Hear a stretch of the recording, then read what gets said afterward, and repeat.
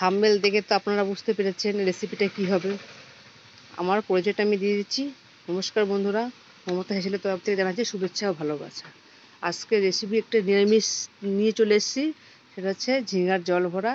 তার জন্য লাগছে কিছুটা মটর ডাল, বা আপনি মুগ ডালও ব্যবহার করতে পারেন। আমি মুগ ডাল ব্যবহার করছি না, তাই মটর ডালটা ব্যবহার করছি।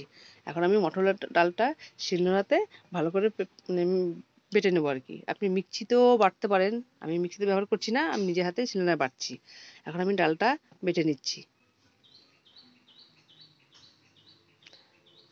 ডালটা ভালো করে পেস্ট করে নিতে হবে। তার সঙ্গে দিয়ে দিচ্ছি দুটো কাঁচা লঙ্কা। কাঁচা লঙ্কা এর মধ্যে বেটে নেব।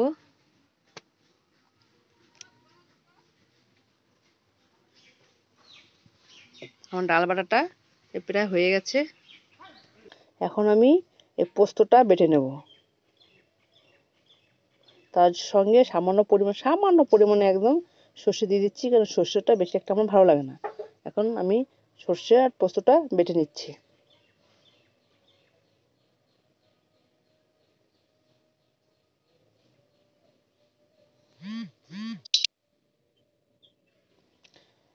আমার বাটা প্রায় কমপ্লিট হয়ে গেছে। এখন আমরা এই শস্য পোস্তটা বাটিতে তুলে নিলাম। এখন এই মটর ডালটা আমি ভালো করে নুন দিয়ে ফাটিয়ে নিচ্ছি।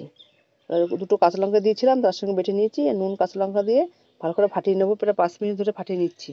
যত ফাটাবা ততই বড়াটা একবার হবে। এখন আমি কড়াইতে তেল দিয়ে দিচ্ছি। তেলটাতে কালো জিরে সোমবার দিয়ে দিলাম। সোমবার দিয়ে এখন ঝিঙেগুলো দিয়ে দিচ্ছি সব। আমার ঝিঙ্গা দেওয়া হয়ে গেছে। এখন খুন্তি দিয়ে বেশ করে নেড়ে নেবো। একটা কাঁচা লঙ্কা চিড়ে দিয়ে দিলাম। পরিমাণ মতো নুন দিয়ে দিচ্ছি। নেড়ে দিয়ে আমি এখন ঢেকে রাখবো। 2 মিনিট বাদে ঢাকনাটা খুললাম, জল বেরিয়ে গেছে। সামান্য পরিমাণে একটু হলুদ দিয়ে দিচ্ছি।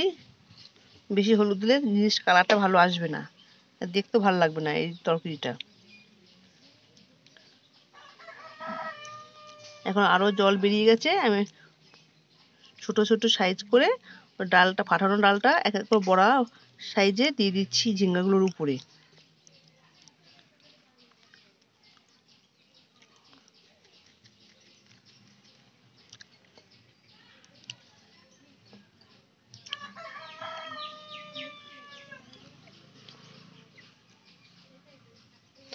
আমার বড়াগুলো দেওয়া হয়ে গেছে। এখন আমি ঢেকে রাখবো। ঢেকে ঢাকনিটা তুলে ফেললাম। প্রায় বড়াটা আমার প্রায় শক্ত শক্ত হয়ে গেছে। আপনারা দেখুন, ভালো করে দেখলে বুঝতে পারবেন। এখন সেই সর্ষে আর পোস্তটা জল দিয়ে গুলে আমি বড়াটার উপরে দিয়ে দিচ্ছি। দিয়ে কিছুটা পরিমাণে জল দিয়ে দেবো।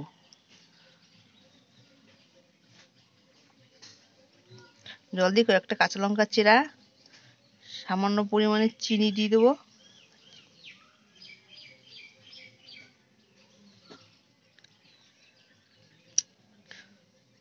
এই চিনি দেওয়া হয়ে গেছে আমার এখন।